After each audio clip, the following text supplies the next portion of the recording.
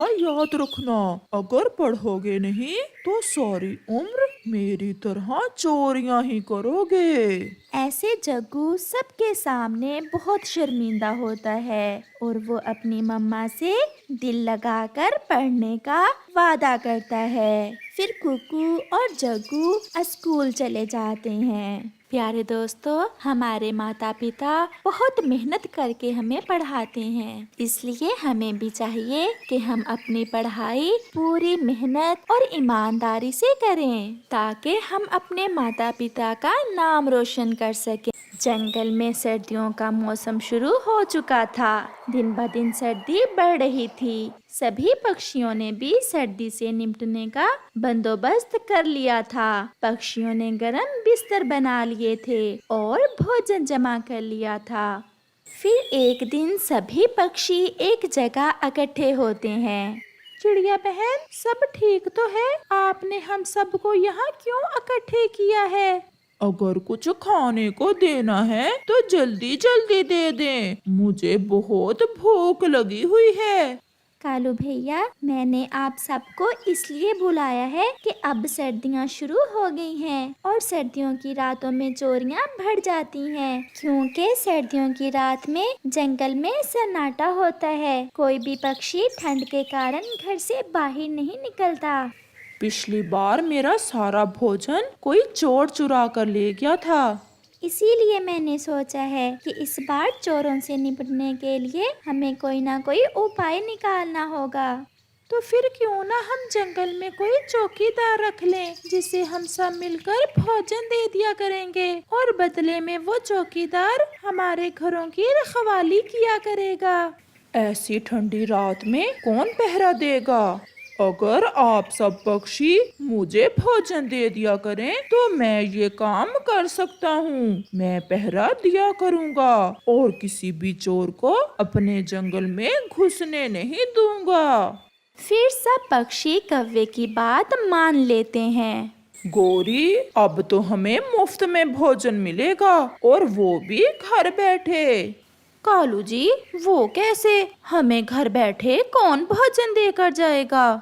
आज रात से मैं जंगल में पहरा दिया करूँगा और बदले में पक्षी मुझे भोजन दिया करेंगे।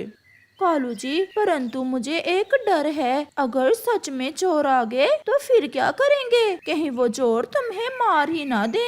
ऐसा कुछ नहीं होगा, कितना भी बड़ा चोर हो चौकीदार को देखकर अपनी राह बदल लेता है। रात हो जाती है और कालू जी अपनी सीटी गले में डालकर पहरा देने निकल जाता है।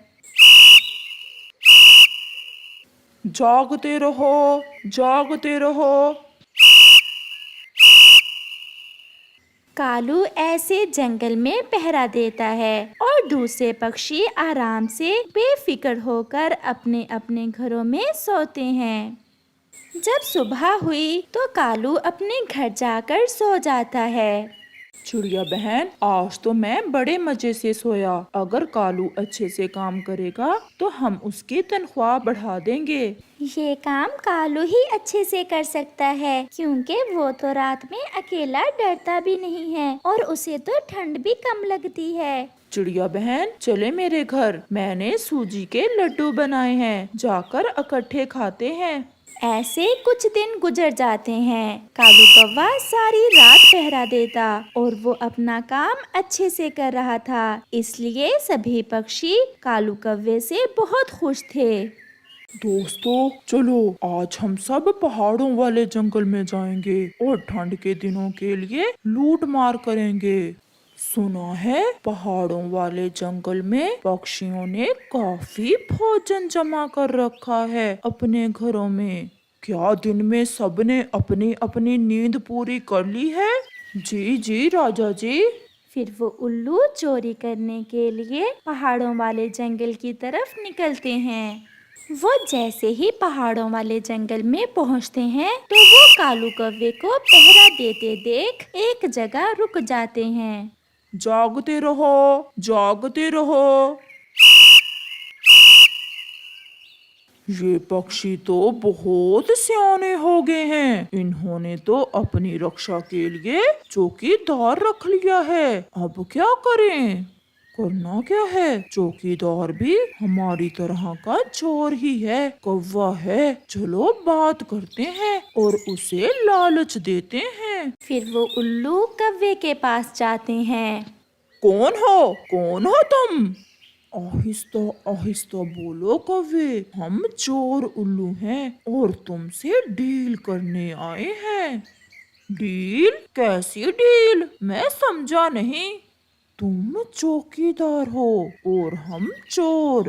हमें चोरी करने दो और हम तुम्हें चोरी के माल में से 50% देंगे। ऐसे हमारा भी काम हो जाएगा और तुम्हारा भी।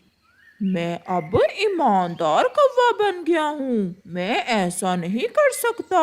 तुम यहाँ से भाग जाओ। अगर ना गए तो मैं सब पक्षियों को बुला लूंगा। फिर उल्लू वहाँ से चले जाते हैं। वो सीधे कालू के घर उसकी पत्नी के पास जाते हैं। गोरी, ओ गोरी, उठो। कौन है? चोर चोर, देखो मेरे घर चोर आ गए।